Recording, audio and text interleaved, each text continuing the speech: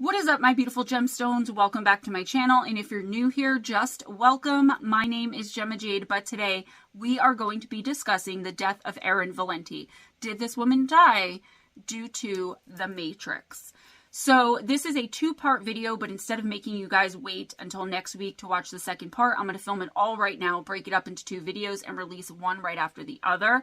That way, if you need to, you can take a break after part one and go back to part two. We've discussed the Matrix a lot here on this channel, and I usually try to keep my thoughts and opinions about it, just like I do with everything else, kind of to a minimum, and let you guys make up your own mind and decide what you guys think about whatever it is that's going on in our discussion. I have some strong opinions on the case we're discussing today, but I'll try to do the same thing I always do and keep my personal opinions scarce. Now, when we've discussed the Matrix on this channel before, we've talked about so-called glitches in the Matrix, and I went over cases where people experienced strange rifts in reality. This seems to be happening more and more as the years go on, meaning since the millennium and the dawning of the internet age, we seemingly have more and more people experiencing things like this, or at the very least, more people are talking about it publicly.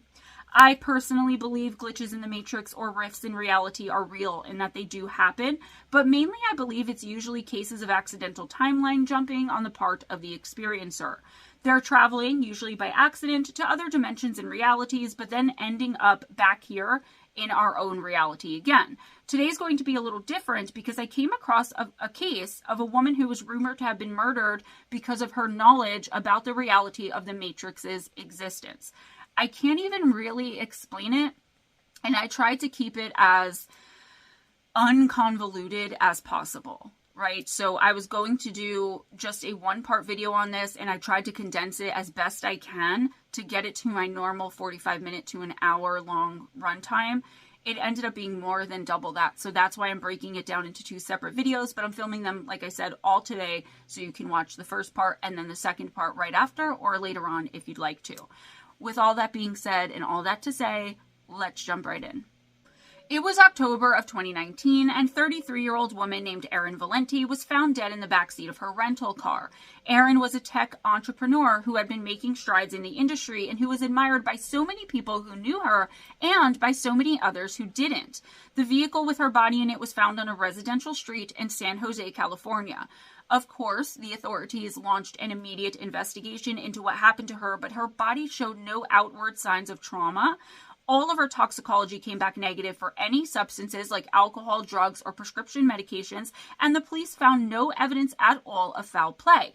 It would take months before Erin's autopsy report would come back, and it was officially determined by the medical examiner, after all was said and done, that she had basically died of natural causes. It didn't say natural causes, but we're about to get more into that. The examiner specifically stated that Erin must have suffered an, quote, acute manic episode, end quote. Erin was described by everyone who knew her as energetic, outgoing, friendly, and very active. Here's where things already started looking strange to me, because a manic episode would mean that there was some sort of previous mania or anything similar to that, right? Something else had to have happened before this, but she had no history of mental health issues or episodes of mania in particular. The problem here, in my opinion, is that the San Jose Police Department, who had initially investigated the death, had gone through her phone and reviewed her electronic communications as a part of their original investigation, and they said that she exhibited some behaviors that led them to believe that she was, in fact, experiencing an episode of mania. I know that sounds odd, but bear with me, and I'm going to ask you to bear with me a lot throughout the rest of this script and this video. Trust me. I thought it was odd too, because they're police and homicide investigators and not mental health professionals. In my opinion, it was a part of them doing their due diligence to take what they thought to at least one professional for clarification and or a second opinion, but they didn't.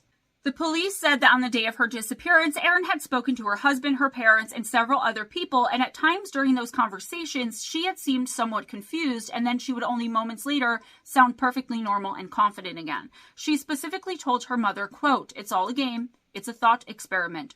We're in the Matrix," end quote. So what the hell is going on here, and what in the world was Erin talking about? It turns out Erin Valenti was a highly successful CEO in the tech industry, and she was in charge of multiple businesses and oversaw hundreds of employees. One of her interests was something called bleeding edge technology, which it turns out is a tech that is a step or two beyond cutting edge, and it focuses on drug and implant-free mind-rolling brainwave automation, which we'll talk about more later on. It actually sounds really interesting, and if you guys want, we can certainly look more into it, because I'll probably be looking into it for myself. So if you guys want me to share what I find, I definitely will do that.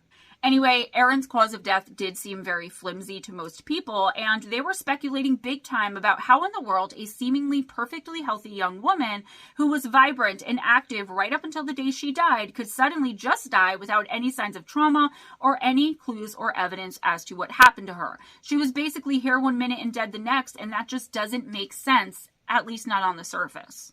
Also, just because the police made a decision that couldn't have been more than mere educated guesses about her most recent electronic communications. Now, I, of all people, do understand how the whole Matrix idea may seem very strange to people outside of this community, but to just assume that because she said something about the Matrix or something that sounded confusing to you, a homicide investigator, that she must have been manic or having some sort of episode, it's just beyond me. And in my opinion, it's grossly negligent and highly unprofessional on the part of the police department. But I digress. So she was exploring what some people might consider to be a unique or unusual interest at the time, but the questions had been asked and people were skeptical about whether or not Erin was really in control of her own brain and mind, or if she had somehow gotten into the rabbit hole too deeply and was perhaps descending into madness. Either way, it doesn't explain at all, in the very least, what actually killed her. Could it be that her interests are what ended up with her being found deceased in the way that she was, but not in the way the police were trying to spin it? Not with her suddenly and very randomly descending into some sort of fatal madness that ended on a residential street in San Jose. So let's just find out. Erin's nickname was Armageddon Erin, and from everything I've learned about her in this gigantic rabbit hole of research, several rabbit holes and side plots in this one actually, I'm not surprised that was her nickname. She was definitely a go-getter and someone who took life by the you-know-whats and made it her witch, we'll say. Erin was said to have been extremely boisterous, and many who knew her questioned how she could always have such boundless energy all the time. She said what was on her mind, and she didn't back down. She didn't keep things to herself, and she was one of those people who would let you know exactly what she thought and how she felt about you or a situation without stifling herself, thinking twice about it, and normally without you even having to ask. Plus, she was extremely successful in the tech industry. She was a boss babe, absolutely, and she knew it and embraced it fully. Erin made sure to surround herself with people she loved, and her friends and family were her constant companions throughout her life. Erin was determined to take on the world and to make every single one of her dreams come true. She would not stop until she achieved every goal, and honestly, I'm very inspired by her zeal for life and her non-stop work ethic. She earned her BS in Business Administration from Georgetown University, where she majored in finance and international business. She graduated summa cum laude and was well on her way to living her best life. She met her husband when she was only 18 years old at a hotel in Quebec, while she and her family were on a skiing vacation there. Her husband's name is Harrison Weinstein, and he's a psychologist who was also there at the same time at the same ski area in Quebec. Erin's first job out of college was an associate's position at Summit Ventures. This was a $15 billion venture capital and private equity group in Silicon Valley. She ended up leading a communications team, and she also sourced and closed investments in the cybersecurity, insurance, and financial tech industries. This was a lot of responsibility for someone so wet behind the ears as Erin was, and for someone who was so young and just starting out. However, with Erin being who she was, she proved herself to be an asset from day one, and she was basically allowed to run things as she saw fit from a very early stage in her career. She stayed there for 4 years, and she loved her job. But in 2012, she chose to leave because her husband was offered a fellowship position at a veterans hospital in Utah. It was in Salt Lake City, to be more specific, and Erin was not thrilled about the move from the very beginning. This area wasn't anything compared to Silicon Valley, and there really was nothing by way of a tech scene there at all. At least not until Erin Valenti got there. None of this stopped or deterred Erin, though, and within just a short period of time, she had found people in the area who were capable and interested in the same things in the tech world where she now lived, and through her networking ended up getting them together all in one spot, and almost single-handedly, she put Salt Lake City, Utah on the map for tech industries. She was thriving as she always did when she put her mind to something and really wanted it. This all led to her starting a business called SLC Startups, Salt Lake City Startups. This was a group of networkers who would all get together with one another and other people to exchange ideas, make new contacts, and share their passion for the tech industry. A man named Ryan King, who was a friend of Erin's and a part of this SLC startup group, once said, quote, "It's not that she came to Salt Lake City. She made it into something she liked better," end quote. That's what Erin did, though, her whole life. She took what she had to work with and turned it into something awesome. She was obviously a very smart woman and knew what she wanted out of life, but she also knew how to get it as well. Erin also helped from something called the International Corporate Venture Capital Group at Overstock.com, where she worked as head of product development. There, Erin oversaw a team of 250 engineers, and she was thriving. However, she knew she wanted more than just working for Overstock and doing the same things day in and day out. I could go on and on and on about Erin's achievements and all of the amazing things she did and started up. I mean, this woman was a machine, and I am overwhelmed at just the thought of what her resume must have looked like. She's awe-inspiring, but we've come here to talk about what happened to her on that fateful day back in 2019, where it all suddenly ended without warning and seemingly without rhyme or reason. Any company she was involved in seemingly ended up turning to gold. She was an asset, and she knew it, and she pushed herself and everyone she knew and worked with to do and be the very best they could all the time, and to really try to go beyond the limitations of what everyone else seemed to be doing at that time. Eventually, though, inevitably, she wanted to take a little break and enjoy her life more instead of just working all the time. Her official job at the moment was punching the clock at Overstock.com, and she wasn't really running any of her own businesses then. When she really started to get out there and have some fun in Salt Lake City, she found it rather charming. She would hike, go tubing down the Provo River, and she would also go climbing for leisure as well. Erin was always thinking and always working, and even when she was enjoying her downtime, she was thinking and working. She ended up organizing a monthly meeting for people who worked in the tech industry in the area at a local sports bar in the downtown area of the city. As much as Erin loved bringing people together and everything else she was involved in creating, I mean, she had basically made herself indispensable to this town and to the people involved in all kinds of tech who lived and worked there. She wanted something that was all her own. She wanted something all to herself. She dreamt of having a company all her own that she could grow and start from scratch. This is why in 2015, she got together with a man named Amir Khan, and they started something called Tinker Ventures. Amir was also an entrepreneur, but he lived in Pakistan and had worked with Erin in the past, and it had been a good fit at the time. Tinker Ventures was a web development shop that designed, scaled, and developed tech products specifically for iOS, Android, and the web, and though it employed 120 people, almost all of them were in Pakistan, and Erin was the only employee who was based in the United States. Erin's brother, Chris, talks about how hard this was on friendly, outgoing, and very social Erin, and how it made her feel so lonely and isolated working from home by herself all the time. Erin was more than a social butterfly, and she thrived on and got her energy from other people's vibes, their intellect, and the social aspect of being around other people. She loved to work with people in person, and she almost always needed to be around others in order to thrive. Despite all that, though, and from what we know about Erin Valenti so far, it should be no surprise, Tinker Ventures very slowly became a $1 million company and an enterprise, and Erin was already looking towards the future and focusing on what she wanted to do next. Erin wanted to help and give back to the community, and she designed fashionable clothing for professional women. She invested in billboards on I-15 that would advertise a venture fund to invest in women-owned businesses. I relate so much, in a lot of ways, myself, to Erin, because there are so many things I want to do and invest my time and eventually my money into in order to just give back to the people around me who supported me. And for those who might be in the position I am in now, just looking for that one person to offer me that dream position and give me the chance of a lifetime. That was Erin. And I hope that one day that'll be me. That's what she was trying to do. And I also understand her unending dreams. I have a hard time just focusing on one thing because there's so much to do for each and every dream I want to accomplish. There just aren't enough hours in the day though. And if you ask me, and I get annoyed if I have to sleep sometimes because I could be researching and writing instead of wasting my time having nightmares or whatever the case may be. But seriously, she was amazing. And I wish I could have known her and picked her brain for just 10 minutes. 10 minutes. A few weeks before she was found dead in the backseat of her rental car, Erin was discussing supporting local artists and filmmakers with some friends. Her husband had said something like she has a million or $1.5 million half-cooked ideas floating around in her brain somewhere or something like that. In the summer of 2019, Erin had reached out to her friend and fellow entrepreneur Scott Rafferty, and she told him that she wanted to look into getting something called an executive coach.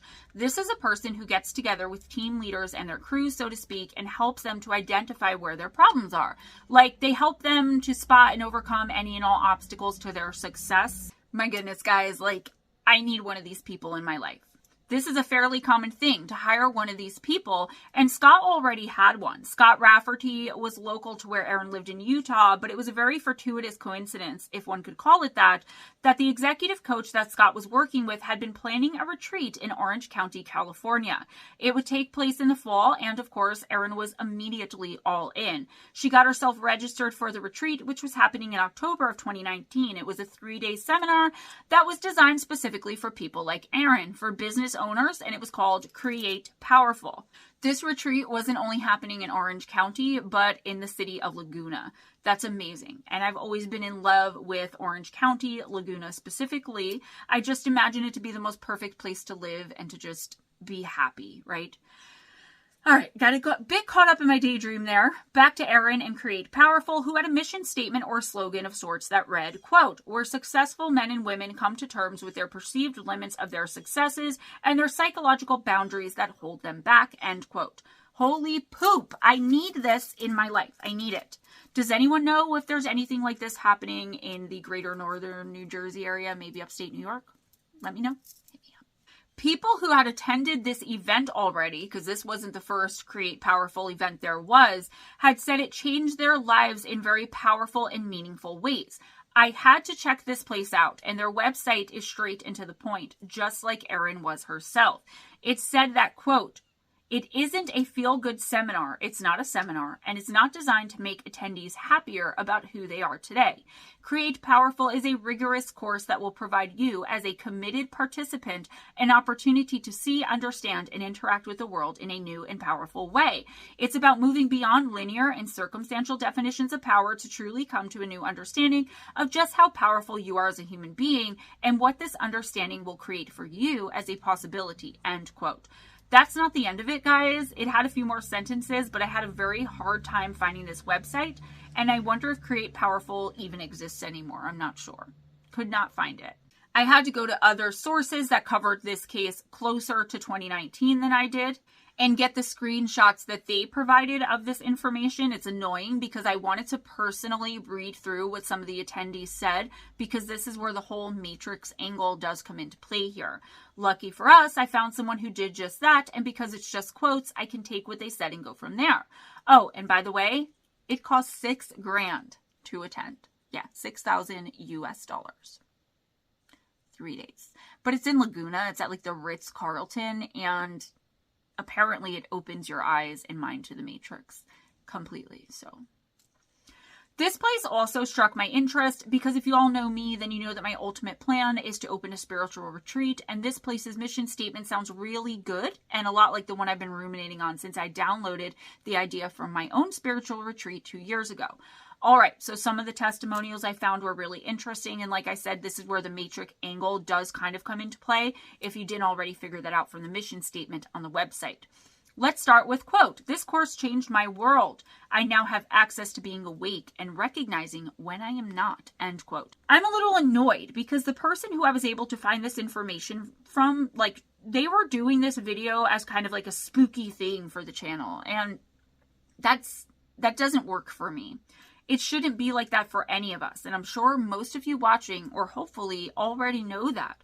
This opening up to the true potential of our humanity and sync and lined up with the universe and all of the abundance and power we have access to once we wake up. I mean, it's just what we should all be doing anyway at some point, and for as long as we can possibly be doing it. Anyway, let's move on to another testimonial. This one said, quote, "This course changed every life in the room, and they will change many more. I observed people changing before my eyes. This is a must for anyone interested in a more powerful life," end quote. So towards the end of September in 2019, Erin was gearing up and excited about going to this retreat. It was finally time to attend, and she flew from Utah to California, and Scott Rafferty also attended the 3-day workshop. He later talks about how he saw Erin mingling and chatting with other attendees in front of the Ritz-Carlton Hotel at a sunset dinner held by the Create Powerful team. She told him at that time that she had been so inspired by the course, and in the last 3 days, she said she was even inspired to hire a local team for Tinker Ventures. She thought it would give her more time to do other things and work on other projects, but mainly it would allow her to not be working alone all the time, and she would be in the presence of her employees and friends while working hard. The two parted ways, but they promised one another they would definitely talk before heading back to Utah. On September 25th, Erin posted something very interesting on Facebook. She said, quote, "Heading to San Francisco and LA soon. Who's around? DM me," end quote. This was interesting to me because I wonder if she ever met up with anyone and if that person or those people were involved in her death somehow. That's just my own mind reeling and my own speculation, guys, but let's see what happens next. The retreat ended on October 3rd, and Erin flew to another conference immediately after, with this one being in the Bay Area. This one was for business founders and tech investors, and this conference would be happening for 2 days, and it was held in Monterey. That weekend, Erin met with some old friends who she hadn't seen since moving from California to Utah to support her husband in his career. She knew so many people there in that area, and later on, some of the people she spent time with that weekend would say how energetic and optimistic she seemed about everything. Her credit card showed that she had purchased a few vinyl records, which was odd because she didn't own anything she could even play them on. Some people speculated that maybe she did this because she was having a manic episode, right? She purchased records without having anything to play them on. She must have been losing her mind. You know how when, like, you'll listen to a good police officer talk, like, on the investigative shows, or if you happen to be lucky enough to know one, and they'll say, like, the evidence has to lead you. You can't make the evidence fit your narrative. And I feel like when people say things like that, they're trying to make the evidence fit the narrative that she had this sudden, random, manic episode out of nowhere that killed her. I don't know. It doesn't make sense to me, and it's what reeled me in. So I do harp on it a little bit going forward. Just bear with me, guys, as I know you always do. So anyway, again with the mania, but I refuse to make this woman's story into some spook fest or into anything else that it very obviously isn't. And honestly, I don't think that her purchasing records when she doesn't have a record player means she wasn't thinking clearly or that she's confused, because, well, that's just dumb. Okay, that's dumb. On Sunday night, so at the end of the weekend, and I'm pretty sure once the second conference was over, Erin went to dinner in Palo Alto with the first boss she had ever had, the guy from Summit, and his name was JJ Cardwell.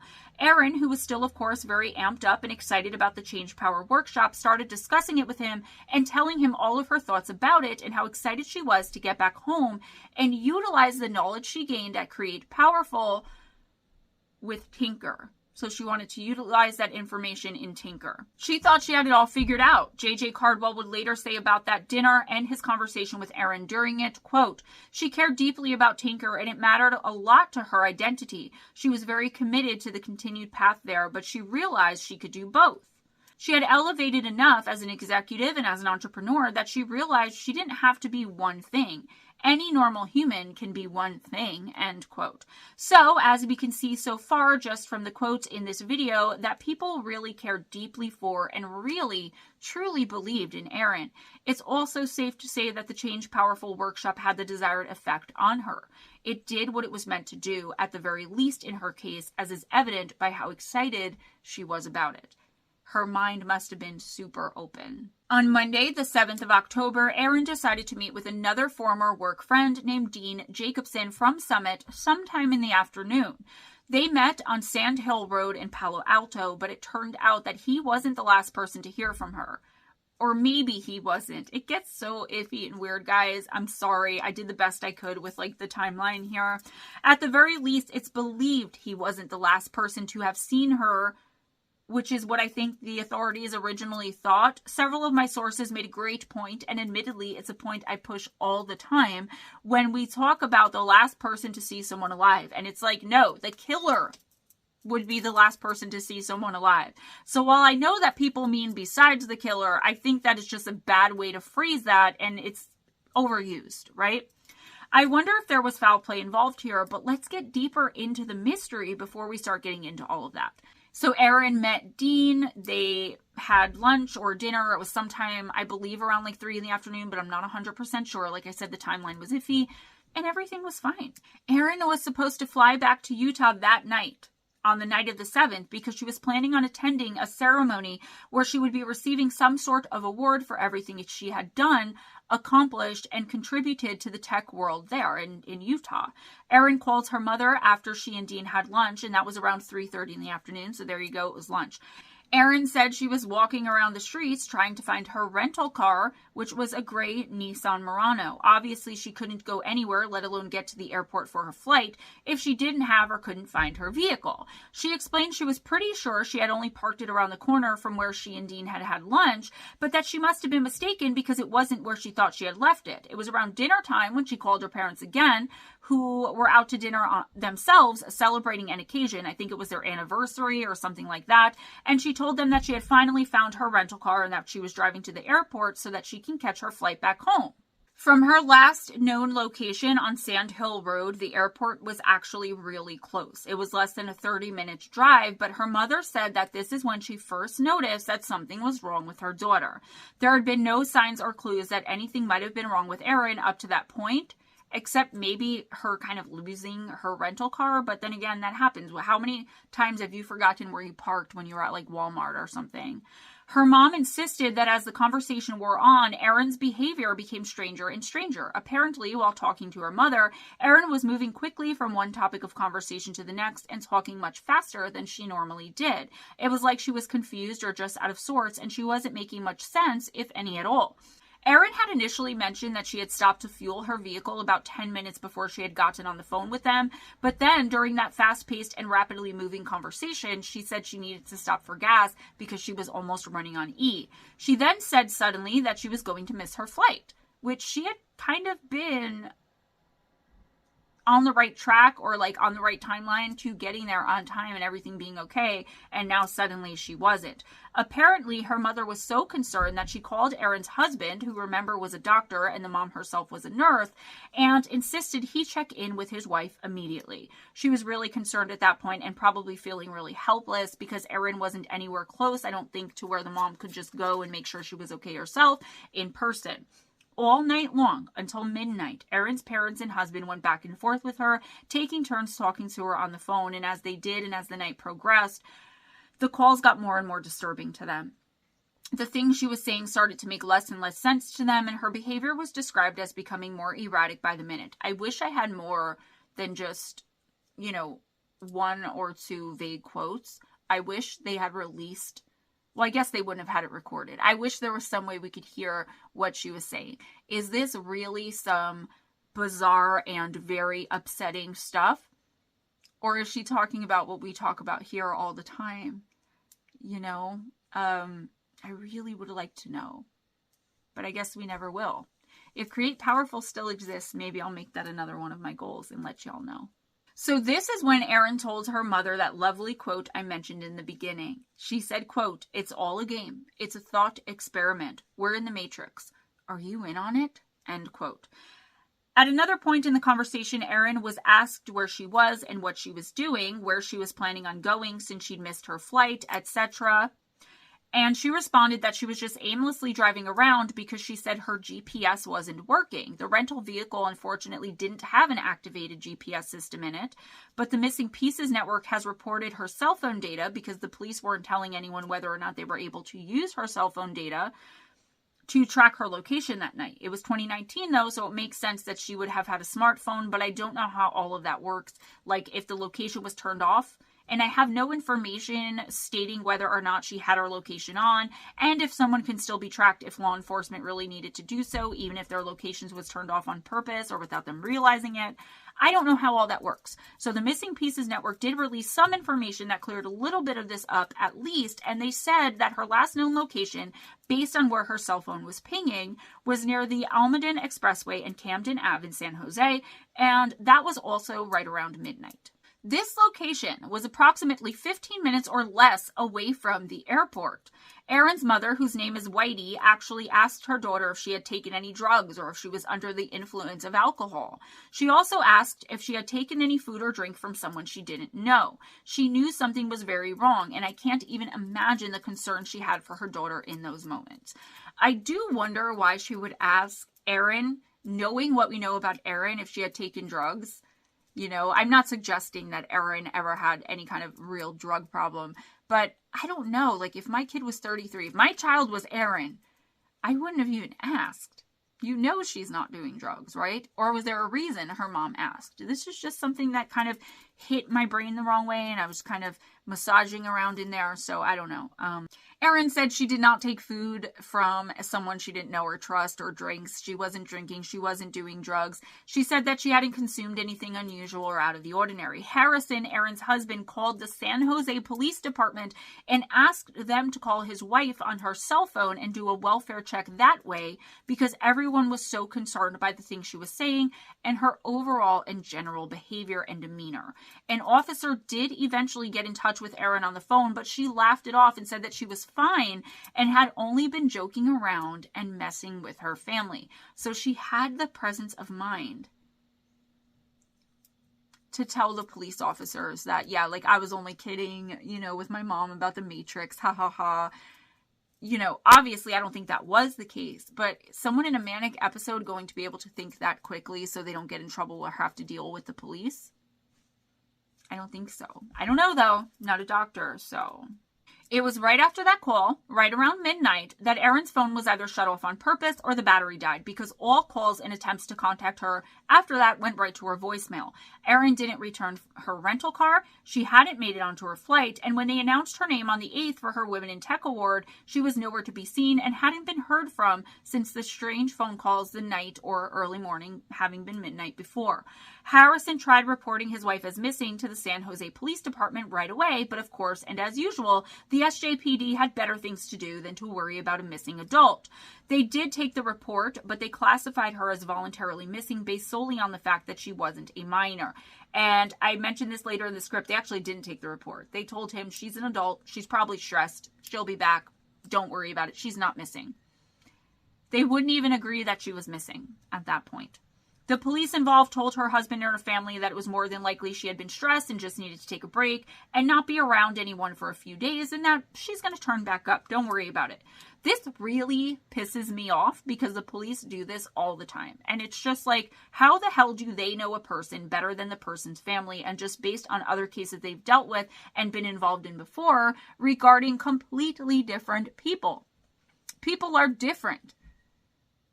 You can have 10 people that just need a break and don't tell anyone, but then the 11th person is someone that's a victim of something and they don't want to investigate it because of the previous 10. That's not okay with me.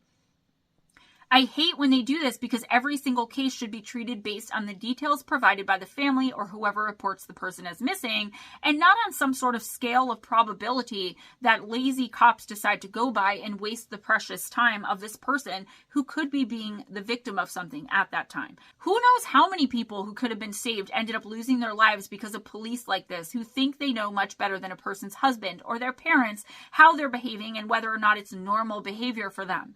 Obviously, Harrison was frustrated and dissatisfied with the police's response, and he informed them that he and her parents were greatly concerned because of her behavior and how she sounded when they spoke to her the night before. They probably reiterated this several times too, but the police knew better in this case. Okay, they knew better, and they insisted that she just went off grid for the first time ever in her life for a little while without telling anyone, you know, because she was a woman of power who was successful. So obviously she must have gotten overwhelmed and let her emotions get the better of her to just run off. I mean, they didn't say that, but to me, that's exactly what they were implying here. Okay? In my opinion, allegedly. The cops took Erin's description and the description of the rental vehicle, but her family wasn't hopeful they would be of any help or assistance to them because from the door, they refused to listen and take the case seriously.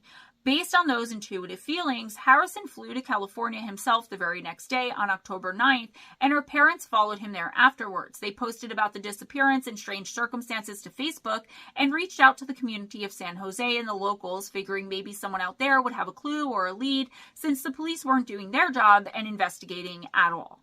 It frustrates me, and I know I'm kind of harping on the cops here, but each case should be determined on an individual basis because whether it ends up being a false alarm or something else that's of no coincidence, it frustrates me. And I know I'm kind of harping on the police here, but each case should be determined on an individual basis because whether it ends up being a false alarm or something else that is of no consequence, the time they consider wasted wouldn't have been in so many cases where they could have helped if they stopped judging and making decisions outside of their pay grade and just did the job they were hired to do. I have zero sympathy for this police department or any of the people who worked for it and were involved in this case, okay? On October 9th at 5:36 p.m., Harrison wrote on his Facebook account, quote, "I write this post with a lot of pain and fear, but I can really use your help. My wife, Erin Valenti, has been missing since Monday night. She was last seen in Palo Alto on Monday morning wearing torn jeans and a white t-shirt. She was driving from Palo Alto to San Jose, but never returned her rental car or made it on her flight home to Utah. If you have seen or heard from her, please let me know. She was last driving a gray Nissan Murano with California plates 8LUD641. Any information to her whereabouts is much appreciated and can be directed to me, her family, or the San Jose Police Department. The pictures posted are all recent from the last few weeks," end quote.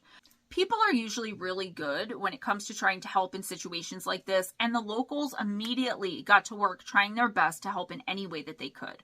Some people even flew drones over the area where her phone had last pinged, hoping to find any clue or lead for this poor, desperate family. Phone records showed that those calls with her husband and parents around midnight that final night, they were the last activity ever that were on her phone. There was also nothing happening with her credit or debit cards because they hadn't been used either. On Thursday, the police in San Jose finally filed the missing persons report. So I'd initially thought that they took the report in the beginning but set it aside as unimportant or non-emergency, but I was wrong. They didn't even take it. So once they finally did this, Harrison posted again to his Facebook account saying, quote, "I would like to emphasize how out of character this would be for Erin. While she is an adventurer, she's not foolhardy and would never intentionally be out of contact with her family. As a psychologist, I'm especially concerned about her last calls, which were confusing and disjointed," end quote. I felt this post so much and honestly felt so bad for her family. This poor man is going through so much and his wife's missing, and then he feels he needs to defend her on social media because the police have been trying to tell anyone who would listen, specifically her husband and parents, that she just ran off and she would be back, and that they were making basically a big deal about nothing. Erin's family, including her husband, started the Help Erin Valenti Facebook page, which caused about 1,500 Bay Area residents to go around their local neighborhoods searching for her. It wasn't even the police who eventually found her in the vehicle, but a concerned citizen who was just out looking to try and help after hearing about it and seeing the pleas from the family on social media. The gray Nissan Murano was located on Saturday, October 12th, after Erin had been missing for 5 days. The volunteer came across the car parked on a residential street in South San Jose, located less than a mile from her last known location. The windows of the car were all rolled up, and her body was found deceased in the back seat. Erin's father, Stephen, came out and announced to the public that although he was so very grateful for the compassion shown by the San Jose police, he also felt that they had not done enough to find his daughter. Does he mean by the compassion they were showing now that she was found deceased? Because they didn't seem to have had much compassion leading up to that point when they were telling them, she took off on you, sorry. Powerful woman, very stressed, stressed out. Her father, Stephen, also said, quote, "It had been an issue from day one, Monday night, Tuesday, Wednesday, Thursday. It wasn't until the end of the day, Thursday, that a missing persons report was put out on the street," end quote. The police chief in San Jose at the time was a man named Eddie Garcia, and he indirectly responded that detectives from the missing persons unit had been involved in actively working on the case all along. He told some news sources that detectives from the MPU had been assigned to Erin's case on the 9th and that they had put out electronic bulletins to other police agencies around the Bay Area. He said, quote, We were on this case. We didn't ignore this case. We're going to look at everything we did and see if there are ways we can improve, end quote. What I took from this is a police chief who knows an investigation was ignored and not done correctly, and that he knows they messed up, but as is very typical in this type of situation, instead of just apologizing, he said that they had done everything right, but will look into seeing how they could have done better. It's giving BS to me, guys. Sorry, but if you feel you did everything right and by the book, then you wouldn't also say that you know there are some ways you could have improved here. But that's just my thoughts on that. And I'm just a bit disgusted about how this case was mishandled from the very beginning. After this, Harrison once again updated his Facebook profile saying, quote, "While we were praying for a different outcome, we are so appreciative of the help and support you have given. Please remember Erin as the beautiful, smart, funny woman that she was," end quote. As I already said, there were no signs of a struggle, any foul play, or physical trauma. She didn't even really look like she had done much other than maybe crawl into the backseat of her car because she was tired to take a nap or something, but then she just didn't wake up again for some random reason. Even though the police seemed to be finally taking the case seriously, they also decided almost instantly that there was no foul play involved whatsoever, and the family waited with bated breath for the final autopsy results, which we've already discussed here. Even though the final calls on the final night of her life did seem to her psychologist husband like she was possibly dealing with some sort of mania or manic episode with the racing thoughts, confusion, and seemingly to be having extreme mood swings, not to mention the bizarre things she had been saying to all of them, he was also very adamant that she hadn't ever displayed those signs before and that the whole situation was just very confusing for everyone involved. So he's saying, look, yes, I'm a psychologist. She was displaying signs of mania. But randomly and out of nowhere like that, it could have definitely been something else too. He wasn't so willing to just dismiss it as mania. And he was a professional. Which the police, I'm sorry, were not. They are not medical professionals. They're not psychologists, psychiatrists. They're cops. And not very good ones in this case, in my opinion, allegedly. Had she suffered a heart attack or a stroke or something like that? They waited, and finally, when the autopsy came back and they saw the official cause of death, the family didn't know what to think. Death by natural causes had been ruled out, but even though it said her death had been from, quote, sudden death in the form of an acute manic episode, end quote, it gave no further details as to how the medical examiner came to that conclusion. So how did he or she get to that conclusion? I have no idea.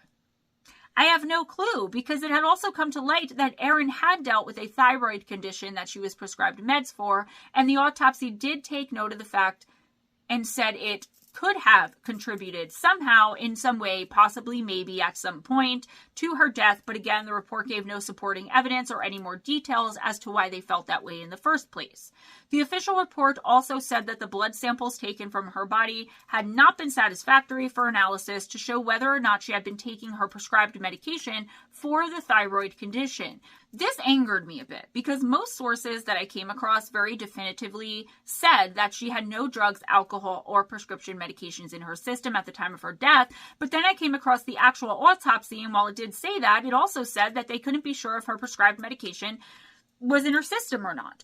And I'm just taking a guess here, but maybe that's because it's a type of medication that's broken down and metabolized by the body somewhat quickly, and by the time they found her, it could have easily no longer been in her system, even if she had taken it regularly as prescribed.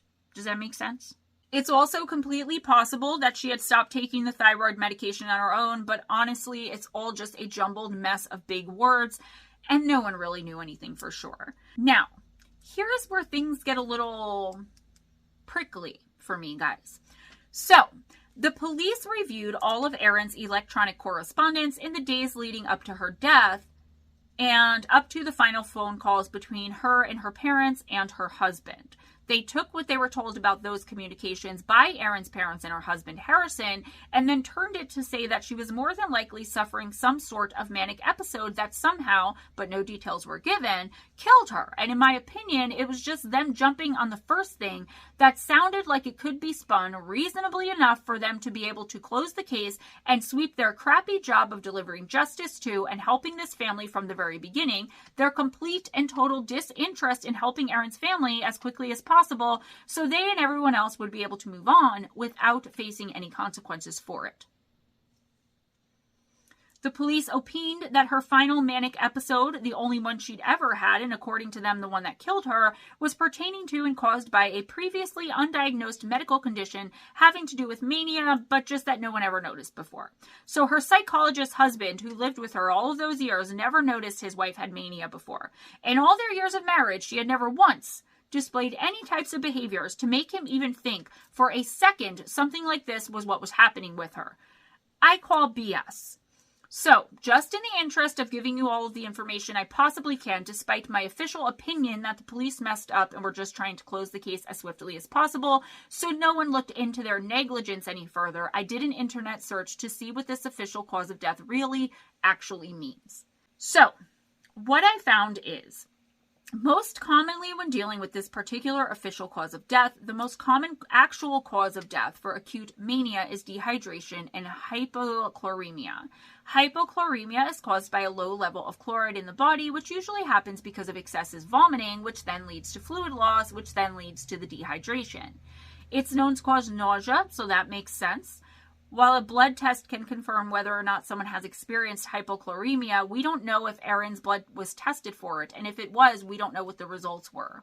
I would like to think that maybe they did test her for this and there was evidence of it, and that's why the police were so quick to label the death what they did, but I just don't feel like they put much effort into the case from the very beginning, and once she was found dead, it became a matter of covering their own incompetent tracks. Like, if they had found hypochloremia and dehydration, they would have publicly pointed to it and said, this is why we think, on top of the calls, right? Because that was the one thing that could back up their redonkulous theory. The basic mindset of this is that someone becomes so disoriented, confused, and manic that they forget to or just don't eat or drink. But we know that Erin went to lunch with her friend on that day, on the day that she died, at around 3:30 in the afternoon, actually. And she also had several other lunch and dinner engagements throughout the few days that she was in California for the 2 seminars. She was seen at the Ritz-Carlton, right? At the sunset dinner that Create Powerful had hosted. So again, her becoming so dehydrated and or hypochloremic in such short amount of time, it just doesn't make sense. And it's just not adding up for me here either. Also, Dean never said anything about Erin behaving strangely or acting erratically, and he never said she was confused or making any sort of weird statements to him either. And that behavior seems to have started when she started speaking to her parents later on that night, or possibly a little while after she and Dean had parted ways, because if you remember, she said she couldn't find her rental car even though she thought she had known specifically where she parked it. This just occurred to me now. I didn't put it in the script, but could she have been just messing around with her parents and her husband, like joking around for whatever reason? Because she was feeling silly. She was with all of her old friends. She was feeling really open to the abundance of the universe. You guys know how that can feel sometimes when you're just overwhelmed with it. And she was being goofy, but maybe did she say the wrong thing? Because again, we only have that one quote. And then we just have that she was generally behaving erratically and saying weird things. But we only have that one quote, with her asking her mother if she was in on it involving the Matrix. We really don't know what she said. So could she have been being honest when she told the police officer who called her for the welfare check that she was, just messing around trying to goof with her parents for their anniversary or whatever, and then something bad happened to her? I covered a lot of strange and suspicious deaths in this community involving people who knew too much. And I do feel at the core of this that that's what happened to Erin. I don't know. I don't know how or what or who or why or, I don't know. Another thing I was thinking about is if she had met Dean for lunch, surely he would have remembered and mentioned if she hadn't eaten or drank anything, right? But she did. She did eat and she did drink. The toxicology showed she didn't have drugs, alcohol, or prescriptions in her system, but keep in mind, and I reiterate here, we don't know which drugs were being tested for and or which prescriptions were being tested for. So at the end of the day, they put out this public statement of a very vague and somewhat nonsensical reason for this bright and vibrant young woman's death in the hopes that everyone would just go away, or at the very least so that they could say they solved this case quickly and efficiently, which we know they did no such thing. just basically saying that Erin had some sort of possible undiagnosed medical condition that no one else in her life had ever noticed, including the person presumably closest to her, who was a professional in the exact sort of medicine and science the undiagnosed condition was said to have come from or been caused by, and that's it. That's what they did. The undiagnosed condition was then presumably triggered randomly, or maybe by what she had learned or the other topics of discussion with friends that week, or something she had picked up from the seminars. It's unclear, vague, and doesn't make much sense as to how this young woman in particular, could just die like that. Her loved ones, to say the least, were most dissatisfied and felt like they weren't given any closure. After all, look how many questions still remain here. For instance, Erin's family had been posting on social media and everywhere they could about her disappearance, and specifically mentioned the vehicle in every single one of those posts and in everything else they had been doing to spread word about it. So, how in the world is it possible that that same vehicle just sat for all that time, for 5 days and overnight, on a quiet residential street with no one noticing it at all? In fact, volunteers had searched that area and that street specifically days before she was eventually found, and nobody saw it. So how is that possible? Is it possible? Other people were asking questions as well, and it wasn't just Erin's family and close friends who wondered how in the world someone could go 33 years of their life without ever exhibiting even the slightest sign of such a severe mental illness, and how it still goes undiagnosed even when she was in the presence of an amazing and very successful psychologist every single day. These are reasonable questions, guys. I'm sure most of you are asking them to yourselves right now. We don't know if Erin had hypothyroid disease or hyperthyroid disease, but there is a correlation between some symptoms of depression and one or both of those diseases. I don't want to get too much into the medical aspect of this here because I'm not a doctor, and also because anything that would stand out to us, I'm sure would have stood out to the professionals, mainly the medical examiner. And I don't want to go down any medical rabbit holes right now. I just don't have the time for it because I get stuck. This video is going to be extremely long, as I already mentioned, and I'm going to have to break it into 2 parts after all. You know, I thought maybe I could breeze through it. Can't do it. I want to get into the crux of this story for me, and that was all of the talk around it involving The Matrix. And I know many of you saw the movies, and I saw and loved the movies, and I'm one of those people who think that a lot of what is said in the movie, not everything, but a lot of it, is what's going on anyway. It's something we should all pay very, very close attention to.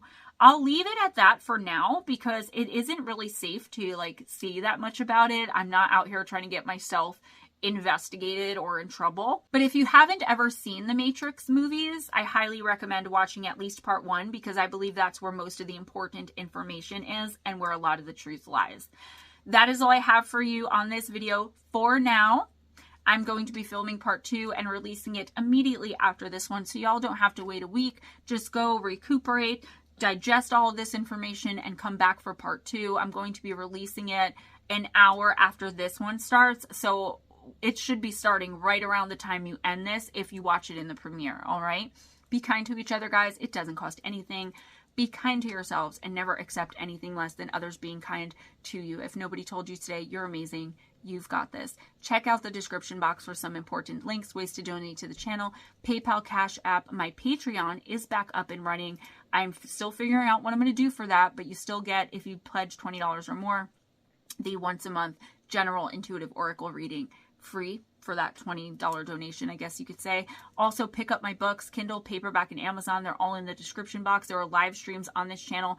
Tuesday at 1 p.m. Eastern Time, we have Afternoon Talk. Wednesday at 10 p.m., Ghost Dragon ZW does a chillax in chat. Every other Thursday, the Paranormal Pixie Miss Lara from 8 p.m. Eastern Time until she is good to go, does a kind of spiritual topic-based conversation with you all. Whatever the subject is, it is. She does an amazing job. Fridays at 7 to 15 p.m. Eastern Time, we do Live Intuitive Oracle, the favorite stream of the week, I know. And then on Saturdays at midnight, Ghost Dragon ZW brings y'all in to review some of my old videos, before I get the makeup under control. So definitely consider checking those out. You'll find that information I just said to you guys in the description box as well. I'm trying to get out of here quickly because I didn't realize I'm in the middle of filming this and I've got to go do Afternoon Talk right now. So be kind to each other, guys, all that jazz. I will see you for the next one in just a few minutes, so stay tuned, please. Grab a snack, go pee, do your thing, come back, and let's talk about the Matrix, and how it may or may not pertain to the death of Erin Valenti. See you guys next time. Bye.